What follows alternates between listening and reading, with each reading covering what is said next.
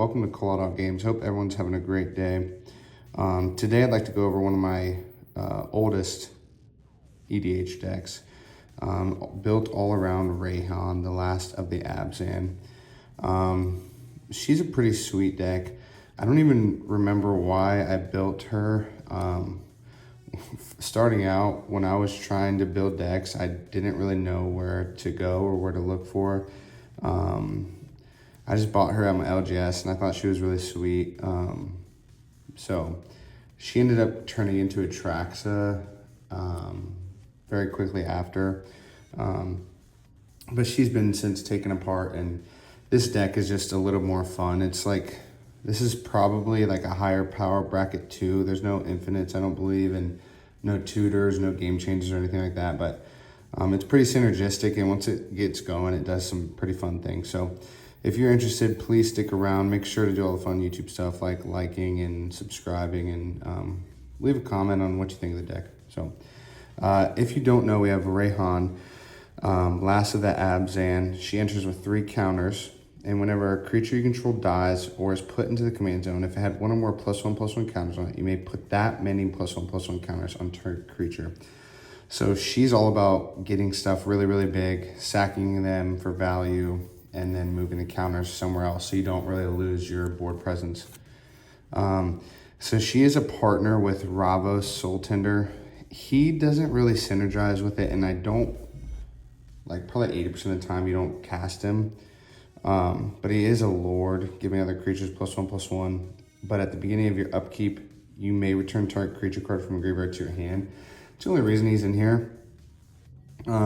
If you need some really, really late game recursion. And again, this wouldn't happen in things that aren't bracket 2. So there's Ravos and Rayhan. She's the main one. So I do have all my piles here, as always. I have my generic interaction, ramp, and card draw, and then some other piles and some generic support. So let's start off with the interaction here. We have Requisition Raid, which is a sweet card that I kind of missed when Outlaws came out, but it's a white and spree, 1 for each ability. You can destroy target artifact, destroy target enchantment, or put a 1/1 counter on each creature target player controls. It's super good. At its highest, it's a 4 mana, destroy target artifact and enchantment, and put a +1 counter on your whole board. It's a pretty sweet card. We have Constable of the Realm. So she has Renown 2, which isn't super important because hopefully you're getting counters on her before that. But whenever you put 1 or more counters on her, she exiles up to 1 of the target non-land permanent until she leaves the battlefield. Super, super, super sweet card. Duty Beyond Death. It's a 2 mana instant. As an additional cost to cast a spell, sack a creature, and then creatures you control gain indestructible until the turn, and you put a 1/1 counter on each creature. Super good card. Another sack outlet, I guess, for a super powerful effect. This is the Flare of Fortitude. Until in a turn, your life total can't change, and permanents you control gain hexproof and indestructible, and you can pay it for free by sacrificing a non-token white creature, which is really like what you want to do in this deck. So that's pretty sweet. We have Divine Reckoning. Each player chooses a creature they control, then destroys the rest, and it has flashback. So ideally you would play this guy, or sorry, have a decent board with a bunch of counters everywhere. Play this guy, and you destroy all the creatures except 1, and then you stock, you know, tons and tons of counters on the 1 creature. Hopeful Initiate, and I'll talk about this District Mascot as well. They're kind of similar. They both get counters on them in different ways, but you can pay some amount of mana and remove counters on it to destroy artifacts and or enchantments. So both 1-drops, both pretty good. And then Whale of War is in here for a little bit of the recursion. Plus, if you're playing against a token deck, you can do that first ability, which says creatures target opponent controls get -1/-1 until in a turn. There's interaction. Here's some ramp. We have Twitching Doll, which I just bought this. This is another one I missed, but I'm really excited to use it. It's a mana dork, and every time you tap her, you get a nest counter on her, and then you can eventually sack her to create a 2/2 spider for each nesting counter, or sorry, nesting counter on her. Oh no, for each counter on her. That's pretty good. So if you have 45, which is ridiculous, but if you have a ton of +1/+1 counters on it, you get those spiders as well. Comedy of the Whispered Hopes, which is an all-star in any counters deck. It's got the Hardened Skills effect, and then you can tap her to add X mana of any one color where X is her power. Nature's Lure. Godama the West Tree, which again is an all-star. It gives all your modified creatures trample, and whenever one deals combat damage, you get to go get a basic. Incubation Druid, another mana dork, but it's got the upside of if you have a counter on it, it taps for 3. Farseek, Gyre Sage with Evolve. So if you fill counters up onto her, she can tap to add green for each +1/+1 counter on her. Pretty good. Avacyn's Pilgrim. And then Flare of Cultivation, which is another flare. I can sack a non-token green to cast this for free. And it's just Cultivate after that. I don't know how good this card is. I've heard it's not as good as you want it to be, but in a deck that kind of wants more sack outlets for things, especially non-token things, we'll see how it goes. I haven't got to use it yet. And there's some more little ramp pieces and card draw pieces in these other piles too. But like, these are all dies, triggers. These are all generic support pieces. And then we have some sack outlets here. But here's the card draw and card advantage. We got Dusk Legion Duelist says whenever one or more counters are put on her, you draw a card once a turn. Inspiring Call, draw a card for each creature you control, +1/+1 count on it, then they gain indestructible. Tribute the World Tree, awesome card. When a creature ETBs, draw a card if its power is 3 or greater. Otherwise, you put a +1/+1 counter on it. Hollowmurk Siege, which is also really good. I have it in the card draw section because you always want to use it for this. First ability, Sultai, which is funny because we're in Abzan, but whenever a counter is put on a creature you control, draw a card once a turn. Kutsul, it's awesome cat. I put this in all my Selesnya decks. Your opponents can't cast spells during your turn, and whenever one or more creatures you control, each with power greater than its base power, deals combat damage to player, draw a card. Now these two, I'll talk about Greater Good first. It's just a sack outlet, and you can draw cards equal to its power, and then discard 3 cards. Super, super, super good card. These two are really interesting to me because when they both came out, Final Fantasy this year and then Assassin's Creed last year, I really thought about just building this deck all around her, or either one of them, but they seem really good. They're both very similar. They both put counters on creatures. Cleopatra does it at your end step, and it's Legends, and Genova does it at your combat and makes them into mutants. This says whenever a mutant you control dies during your turn, you draw cards equal to its power. And then she says whenever a legendary creature with counters on it dies, draw a card for each counter on it. So they're very, I don't know, they're both very interesting to me. This triggers off of even other players' legendary creatures. If they happen to be doing counters, you get to draw those cards. But it's also not just to its power. It's for each counter on it. Genova says you would draw cards equal to its power. So if you have a base power 5/5, you get to draw those 5 cards. But it's only mutants, and it's only during your turn too. So you need a sack outlet for her.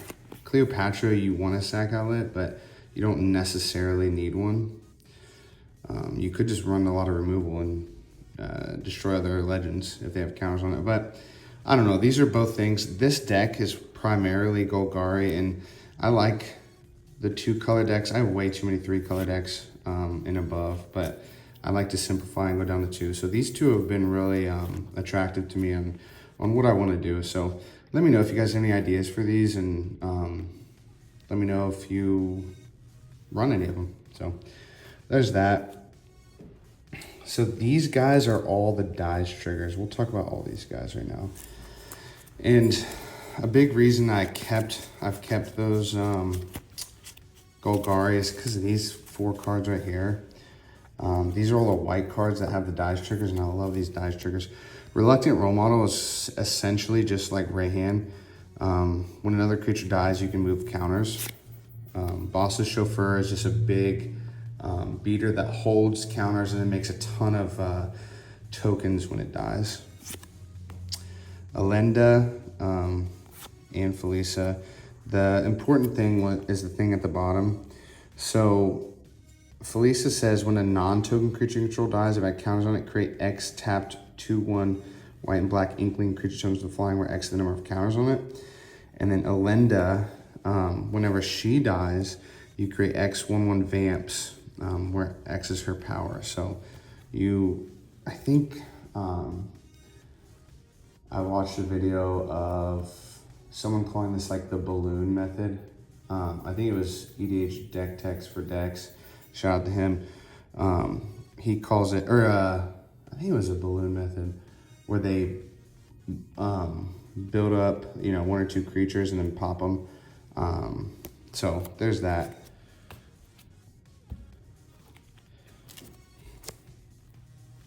Lifeblood Hydra. When it dies, you gain life and draw cards equal to its power. Bone Devourer does the same thing, but it's actually you lose X life, or X the number 1 counters. Nested Shambler. When it dies, you create that many tapped squirrels equal to its power. Conclave Mentor is the Hardened Scales effect, but she does have a dies trigger. It's not super relevant. I don't know if I've ever actually had it go off, but when Conclave Mentor dies, you gain life equal to its power. Skullspore Nexus is really sweet. You can pay 2, tap it, and double target creature's power into a turn, but the important one is whenever 1 or more non-token creatures you control die, create a big giant dinosaur equal to its base power, or equal to its power and toughness when it dies. Termagant Swarm. You create a number of 1/1 green Tyrannid creature tokens equal to its power when it dies. Market Backwalker. You draw a card for each counter on it when it dies. Rampant Rejuvenator. You actually go search for X basic lands where X is its power. It's pretty crazy. Create snakes when it dies. Create flying Thopters when it dies. Create treasure tokens when it dies. And then this guy kind of just replaces himself. You just create an XX black and green Hydra token where X the number of counters on it. And I just thought of this when I was doing this. That strategy wasn't the balloon strategy. They called it the pinata strategy because you filled it up with a bunch of counters and then popped it for all the, value that's inside. So let's talk about our generic support pieces now. We have Court of Garenberg, which is ETBs become the monarch at the beginning of upkeep. You put counters on stuff, and then you can double the amount of counters if you're the monarch. Vorinclex, super sick card. He doubles all your counters and then halves everyone else's counters. Arwen, put counters on creatures at ETB in. The Ozolith, which is literally made for this deck. When a creature leaves the battlefield, if it had counters on it, put those counters on the Ozolith. At the beginning of combat on your turn, if Argonath has counters on it, you move all counters from Argonath onto target creature. You got Evolution Witness, sweet card, a little bit of recursion. Branching Evolution, doubles the number of counters. Colonial Hydra, double the number of counters when you attack. Warden of the Grove, which is a really sweet card. Whenever another non-token creature you control enters, it endures X with X the number of counters on it. Endures means you can create an XX spirit or put X counters on it. Quilled Great Worm, when it deals combat damage during your turn, put that many counters on it. Any creature, really, really good card.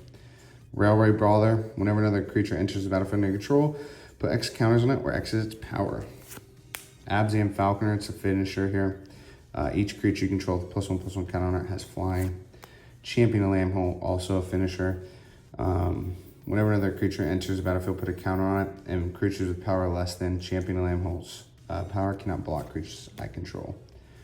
Corpse Jack Menace is a counter doubler there. Pretty good. And then finally our last pile here. These are all the sack outlets that are very, very vital to this game plan. So Bloodspore, Bloodspore, Thrinax, and Michaeloth. They both have the Devour mechanic, so when they enter, you can sacrifice any number of creatures, and they enter with that many counters, or twice that many counters. They both have really good abilities there at the bottom. Bloodspore says, each other creature you control enters the battlefield with additional X +1/+1 counters on it, where X is the counters on Bloodspore. And then Michaeloth, if you make it to your upkeep with this guy, you start running away with the game. Because at the beginning of your upkeep, create a 1/1 green sapling creature token for each counter on him. Viscera Seer, sack outlet. We have Bartholomew and Carrion Feeder and Ashlon's Altar as all like generic just sack outlets. Really, really good cards. And then you have Jared, Golgari Lichlord, which is a legit win con in this deck too. You can sack another creature and each opponent loses life equal to the sacked creature's power. That's super good. So if you have a big 40-40, each opponent loses 40 life. It's really cool. It's really cool. And this deck can realistically get up to a creature with 40 counters on it. So that's the deck, guys. If you liked it, leave me a like. If you didn't, leave me a comment. Appreciate it, guys. Have a great weekend.